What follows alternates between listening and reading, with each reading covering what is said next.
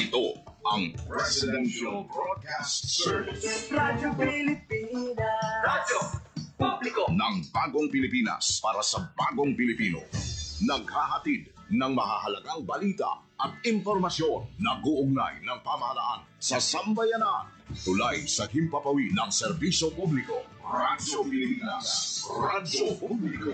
Ang boses ng Pangulo. Sa Iloilo, Radyo Pilipinas. 585 AM. Oras sa Radyo Pilipinas, alas 4:08 sa hapon. Gikan sa hulog balitaan sa PBS, Radyo Pilipinas, Iloilo. Gintipon sa bukos na pwersa sa News and Public Affairs Division, mga pagsaysay sa mga hitabo o aksyon, mga pananawan, kang desisyon, mga hibubunod sa napikuhan na sektor, mga danagpong ng balita, diri sa Iloilo, at mga bahin sa Kabisayang nagkatungdan, mga balita na natipon sa sulod sa naligan ng 24 oras. Inyo mapatian sa Headliners Was. Kagkaroon, yari ang inyong PBS News Team.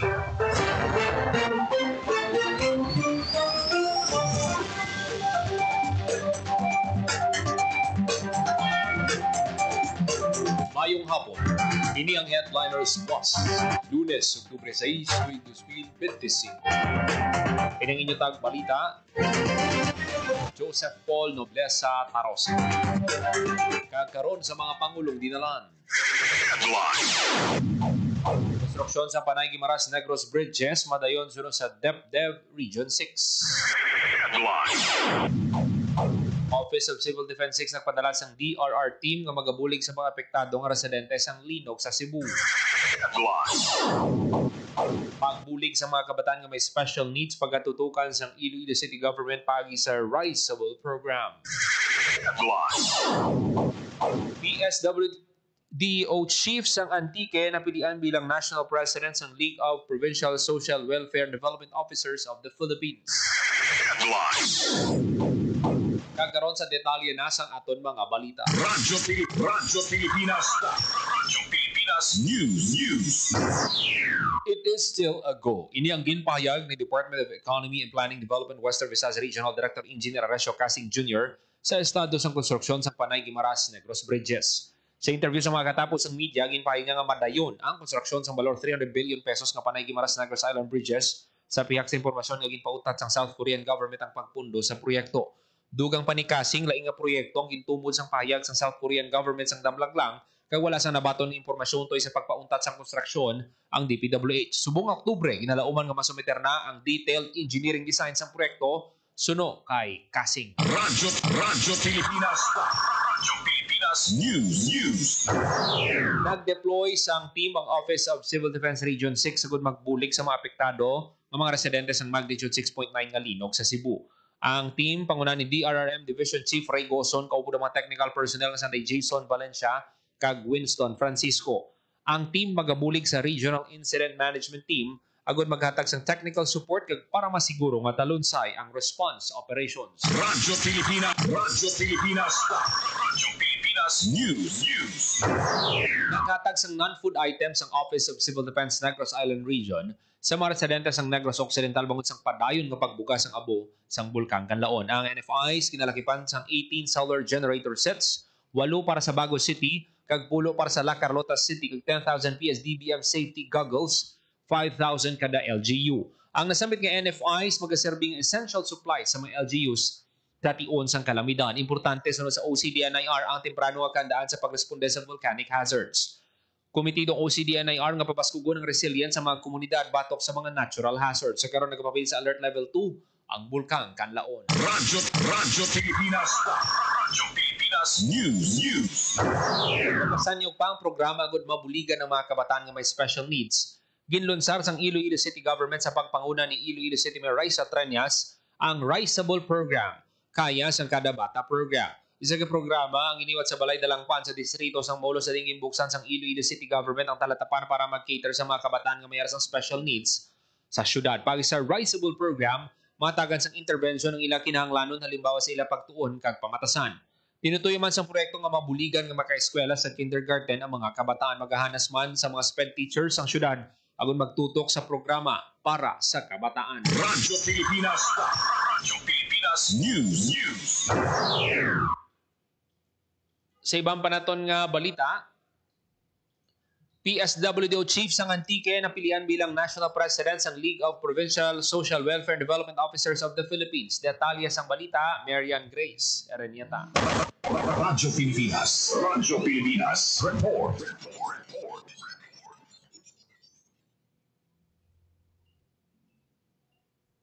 Yan bilang National President ng League of Provincial Social Welfare and Development Officers of the Philippines ang pinuno sa Provincial Social Welfare and Development Office o PSWDO sa Antique. Gin-elect si Dr. Lazaro Larry Pitinglay bilang Interim National President ng League. Sa interview sa Radyo Pilipinas Iloilo kay Pitinglay, ginpahayag niya nga lakip sa iyang igaduso bilang National President nga mahatagan sa kahigayunan ang League para ikampanya ang advokasya sa PSWDO sa bugos nga pungsod, mapabasog man ang partnership sa Department of Social Welfare and Development, Department of the Interior and Local Government, League of Provinces of the Philippines kag iban pa. Dugang panipitinglay nga luyag Manila i-advocate ang policy development kag maghatag suporta sa pagpanikasog sa bayan sa hustisya sosyal, tawhanon nga kinamatarong, sustainability kag good governance. Luyag man natagan igtalupangod ni Pitinglay sa iya pagpamuno ang pagpadungog sa mga dedikado nga PSWDO retirees nga nagpangalagad sa pila ka tuig. Para sa Bagong Pilipinas, Marian Grace Erenieta, Radyo Pilipinas, Radyo Publiko. Radyo Pilipinas. Radyo Pilipinas News. May 53 ka anibersaryo ng NMIS kay ka-32 nga Mid-Safety Consciousness Week. Hiwaton sa Oktubre 13 tugtog 17 nagampanong balik sa detalye ng balita, Marian Grace Erenieta. Radyo Pilipinas. Radyo Pilipinas. Report. Hiwato sa Oktubre 13 tugtog 17 ang ka-53 nga founding anniversary sa National Meat Inspection Service o NIMIS kag ika-32 nga Meat Safety Consciousness Week. Ginpahayag ni Dr. April Chavez, OIC Regional Technical Director sa NIMIS 6 sa usapang agrikultura sa Radyo Pilipinas Iloilo kag Department of Agriculture Western Visayas nga tinutuyo sa duha ka selebrasyon nga ipakita kag ipalabot sa publiko ang mission sang NIMIS kag para mapabaskog pa ang meat sector ilabi na sa value chain. Sa October 13, naniwato nga simultaneous opening celebration ang NIMIS sa pagpanguna sa Central Office kasarang Malantaw, pinaagi sa Facebook page. Sa hapon, magahiwat ang NIMIS 6 ang pagpadungog sa mga lokal nga panguluhan o pasilidad nga nagapatuman sa meat safety measures. Sa Oktubre 14, niliwato nga motorcade para ipakita ang advokasya sang NIMIS sa publiko kag sa mga masulod nga inadlaw, may ara sang linis bahay katayan ang regional office kung sa diin tumuan ang mga slaughterhouse o community establishments ang eksakto nga tikang sa pagtino sa pasilidad kag miniwaton man nga seminar para sa mga meat vendor. Ang tema sa selebrasyon sa nga tuig amo ang karneng ligtas at sapat, tungkulin nating lahat tungo sa masaganang Bagong Pilipinas. Para sa Bagong Pilipinas, Marian Grace Erenieta, Radyo Pilipinas, Radyo Publiko. Radyo Pilipinas. Radyo Pilipinas News.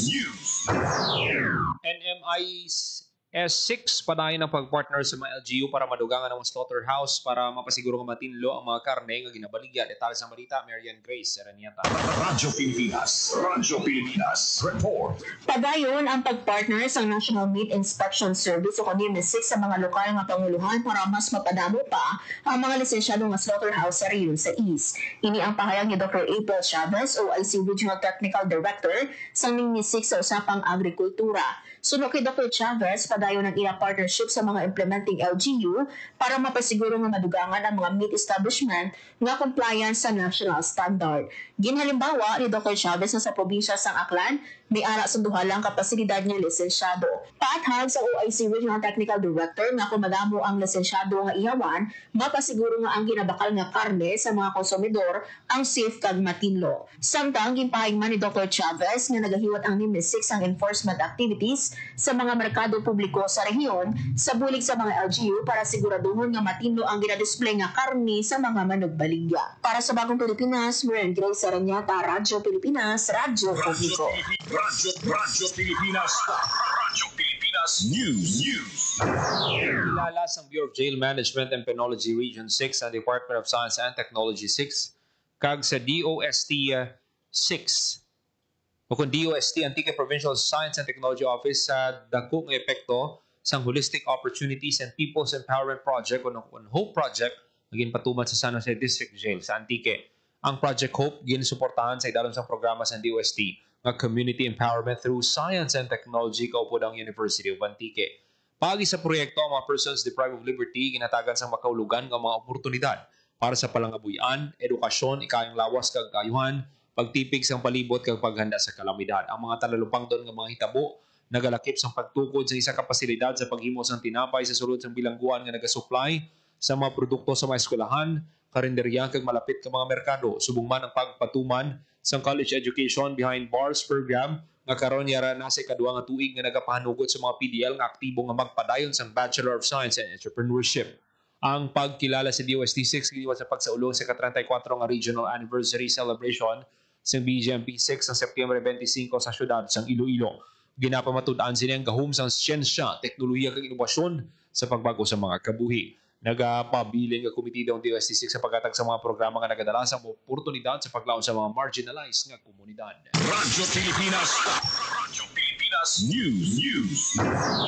Sa pagselebrar sa 36th National Statistics Month, madamos ang aktibidad ng lauman sa bunga bulan sa Philippine Statistics Authority Western Visayas. Ginpahig ni PSA 6 Director ni Lida Amular, tinutoy sa ahensya nga maingganyo ang pumulo kag mapataas ang awareness sa reliable data gathering nga basihan sa pagplano kag decision making sa mga ahensya sa gobyerno kag iban pang institusyon. Nagpabutiag man sa pagsuporta ang Department of Economy and Planning Development sa mga hilikoton na tuhoy sa National Statistics Month. Ginpahig ni Engineer Aracio Casing sang DepDev Western Visayas, importante nga suportahan ang advokasya sa data collection bilang accurate source sang statistics mo diri na sandig ang mga programa para sa pumuluyo. Sa bahin sa Department of Health, ginpahig man ni Dr. Mary Jane Esteva, mag-sakdag man sila sa selebrasyon ng National Statistics Month pagi sa ilang mga aktibidad sa pagduso sa importansya ng data gathering nga basihan man sa pagdihon sa mga programa sa ikaayong lawas. Radyo Pilipinas. Radyo Pilipinas News. Andom sang Iloilo Provincial Government nga maging Forest Province ang Iloilo sa palaabuton. Sa giniwat nga Stakeholder Summit towards ang Forest Province, ginpangunahan ni Iloilo Governor Arthur Defensor Jr. ang pagplastar sa mga tikang nga ginahimo sa probinsya sa programa sa reforestation. Isa diri ang tanom Iloilo nga nasandig sa ginpapanaw nga Executive Order 195 sa gobernador nga nagaplastar sang sustainable program para sa pagtipik sang kabukiran para sa pagtanom sa madamo nga kahoy. Giningyo sang gobernador ang bulig kag kooperasyon sang LGU kag iban nga sektor agon malabot ang target kag mapataas ang survival rate sa mga ginatanom nga kahoy. Pagi sini masuportahan ang kampanya sa food security, proteksyon sa kalamidad halimbawa sang baha kapag hatag sang palangabuyan sa pumuluyo. Ang Stakeholder Summit ang gintambungan sa mga alkalde sa probinsya, environmental officers kag foresters halin sa mga kabanwahanan. Radyo Pilipinas. Radyo Pilipinas News. DK Primary Care Facility accredited na bilang Level 2 Adolescent-Friendly Health Facility. Detalye sang balita, Marian Grace Aranieta. Radyo Pilipinas. Radyo Pilipinas. Report. Isa na karoon sa pasilidad sa probinsya sang Iloilo ang San Enrique Primary Care Facility nga accredited bilang Level 2 Adolescent Friendly Health Facility o AFHF. Bilang Level 2 facility, equipped na ang San Enrique Primary Care Facility sa mga trained staff at may pulisa na para maghatag sang safe, non-judgmental at confidential health services sa pamatanon. Kung madumduman, tanan nga 43 kalokal nga pangulungan sa probinsya sang Iloilo ang certified bilang adolescent-friendly health facilities clinics sa idalom sang rural health units. Gimpayang ni Dr. Ronnie Labis, head sang Health Service Delivery Division sang Iloilo PHO, kung ang isa ka pasilidad ang AFHF certified, ang RHU may dedicated nga lugar, may schedule kag trained personnel na maghahatag sa basic adolescent health services. Tinutuyo sini nga sa sulod sa health facility may ana sa specialized services para sa adolescent nga magdumala sa concerns na tungkol sa medical health, mental health, sexual kag reproductive health, nutrition kag substance use. Para sa Bagong Pilipinas, may Grace Aranieta, Radyo Pilipinas, Radyo Publiko. Radyo Pilipinas. Radyo Pilipinas News. Taga mga overseas Filipino workers kay ila pamilya gin paidalom sa Entrepreneurship Development Tour. Detalye sang balita, Marian Grace Aranieta. Radyo Pilipinas. Radyo Pilipinas News. Radyo Pilipinas. Radyo Pilipinas. Report. Gimpaydalong sa biyaheng entrepreneur at entrepreneurship development tour ang 40 kang mga overseas Filipino worker o OFW kag ila pamilya sa Department of Migrant Workers o DMW Negros Island Region. Ang duwa ka adlaw nga aktibidad ang gimbuylugan sa mga OFW kag ila pamilya gikan sa nanuhituay nga barangay sa Baguio City kag nagatuyo nga hatagan sa ihibalo ay kasara kag inspirasyon sa pagpadayon sang agribusiness kag mga negosyo ang mga partisipante. Nagiwat sa farm visit sa Sinoro Green Farm, Chris Fadriga, Cacao Nursery, kag Fair and Jadon, Integrated Farm ang mga partisipante kag may diskusyon man natuloy sa vegetable production kag urban gardening kag ang Department of Trade and Industry o DTI and IR nag-discuss natuloy sa business management. Sa mensahe ni DMW6 Regional Director Glenda Aligonza, ginasaluduhan niya kaisog sa mga OFW kag nagpabutsyag sa iya pagpasalamat sa ila aktibo nga partisipasyon. Ang biyaheng entrepreneur ang partnership sa DMW sa Baguio City Local Government Unit. Nagpabutsyag man sa pagpasalamat si R.D. Aligonza sa Baguio City LGU sa pagsuporta sa mga inisyatibo sa reintegration para sa Modern Day Heroes. Nagpasalamat naman si Mayor Mayeta Villana Yao sa DMW sa pagpili sa Baguio City bilang nabing una nga host ang biyaheng entrepreneur tour sa Negros Occidental. Para sa Bagong Pilipinas, Mern Grace Aranyata, Radyo Pilipinas, Radyo Publiko. Radyo Pilipinas News.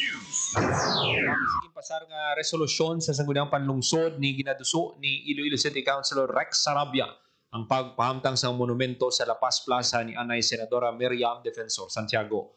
Ini bilang paghatag sa kabilingan kag pasidungog sa Ilongga nga nangin isa ka hurado, international lawyer, senador sang pungsod kag nagpakita sa kaisog kaalam kag matinlong nga integridad sa politika nga mapabugal gid sa mga Ilonggo. Sa tiyon nga mahimuan sang statwa mapahanumdom ang mga Ilonggo sa nangin legasiya sang ginkilala nga Iron Lady of Asia kag makahatag sang inspirasyon sa pumuluyo. Bugos naman nga ginasuportahan sa konseho ang resolusyon. Radyo Pilipinas. Radyo Pilipinas News.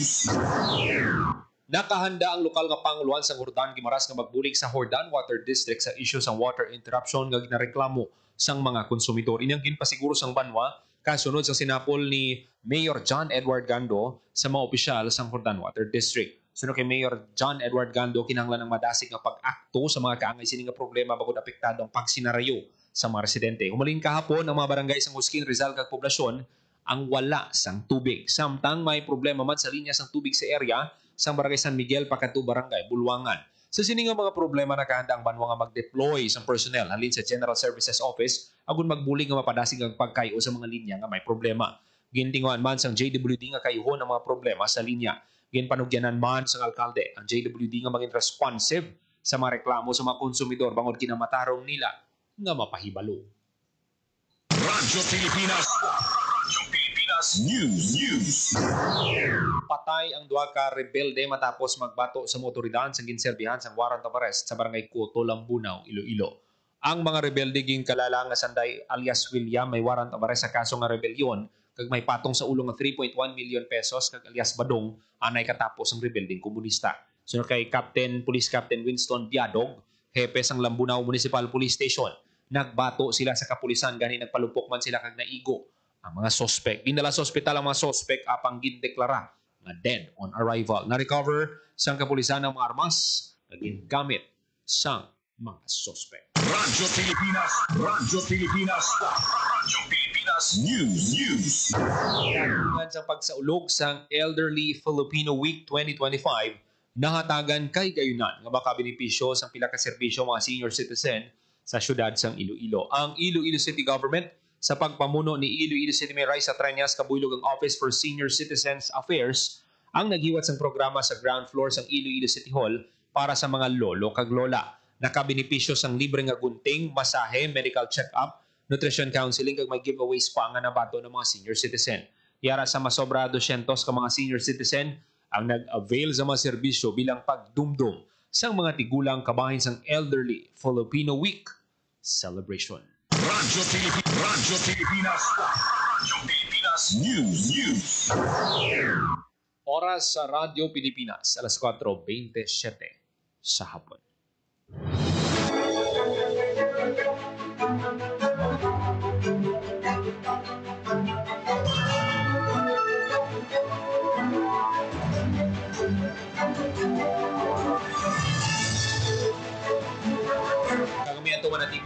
balita sa PBS Radyo Pilipinas Iloilo News Team. Lunes, Octubre 6, 2025. Ang inyong tagbalita, Joseph Paul Noblesa Tarosa. Ang inyong tulay sa himpapawid ng serbisyo publiko, ang Presidential Broadcast Service, Radyo Pilipinas, Radyo Publiko. Radyo Pilipinas. Radyo Publiko. Kinilala ng pang-international at prestigyosong Asia Pacific Broadcasting Plus Awards 2025 para sa kategorya ng Government Streaming. Ito ay dahil sa epektibo nitong pagsasanib ng mga tradisyonal na media tulad ng telebisyon, radyo at print para masabayan ang mabilis na pag-inog ng mundo ng digital at social media tungo sa mas epektibong paghahatid ng mahahalaga at napapanahong mga impormasyon sa mamamayang Pilipino. Kinilala rin ang Radyo Pilipinas dahil sa patuloy na pag-akyat ng rating. Ngayon ay matatag sa pang-4 na pwesto sa Mega Manila ayon sa Nielsen Radio Audience Measurement Survey. At sa social media, nakamit ang mahigit 2,000% pagtaas ng bilang ng mga sumusubaybay sa Radyo Pilipinas page sa unang bahagi ng 2025. Patunay ito na ang inyong Radyo Pilipinas Radyo Publiko ay tunay na kaagapay ng inyong pamahalaan sa paghahatid ng serbisyo sa mga mamamayang Pilipino. Mula sa aming lahat, sa ngalan ng inyong pamunuan at mga kawani ng Presidential Broadcast Service, kasama ang inyong mga himpilan ng Radyo Pilipinas sa buong kapuluan. Maraming salamat po sa inyong lahat, sa inyong pagtangkilik at pagkilala. Radyo Pilipinas. Radyo Publiko.